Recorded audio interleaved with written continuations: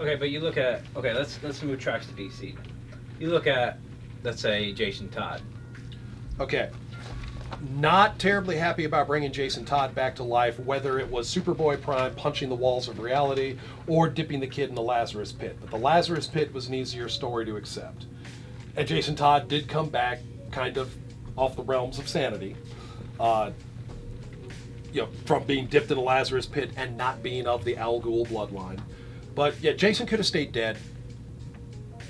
And that would be fine. We had moved on to Tim Drake.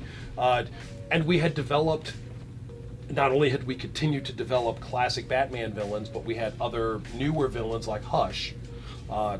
So we were still moving forward. There was no real reason to bring him back. But wouldn't you say his character is better now, well loved, because he was brought back from the dead? I'll say yes. He is definitely a better written character. He is handled much, much better than he was in either his initial introduction or his soft reboot, the post-crisis soft reboot, where we made him more of a street punk, trying to steal the wheels off the Batmobile.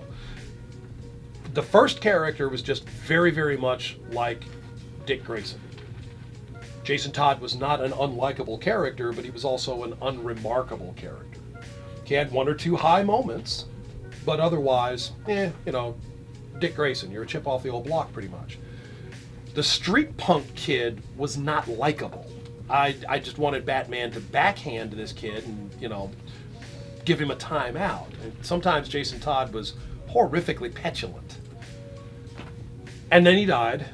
I didn't feel like he deserved to die, but, okay, he's gone.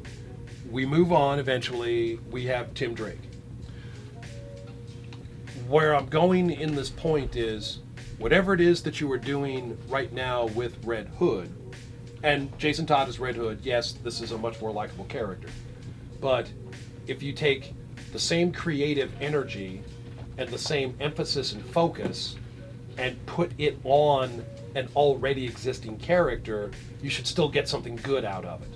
I don't have to bring back the dead and give them all my creativity when I have perfectly living characters that I could give all my creativity to. If you're going to say, oh, this writer is writing a really good story, then he could write a good story with the character that's already here. If it's the confluence of writer, artist, like a Snyder-Capullo, combination. Snyder and Capullo had something really good going with Court of the Owls. Oh, hey, look what happened.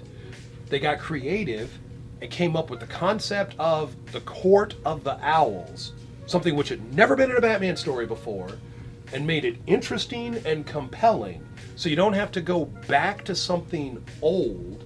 You could go forward into something new and actually make it compelling.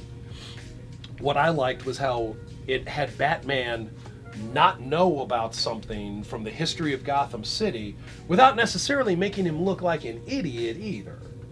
Yes, Batman can be fallible, and he doesn't know everything, and he can make mistakes, and he recovers from them, and he triumphs over great odds. That's what I want to see in Batman. I want to see that.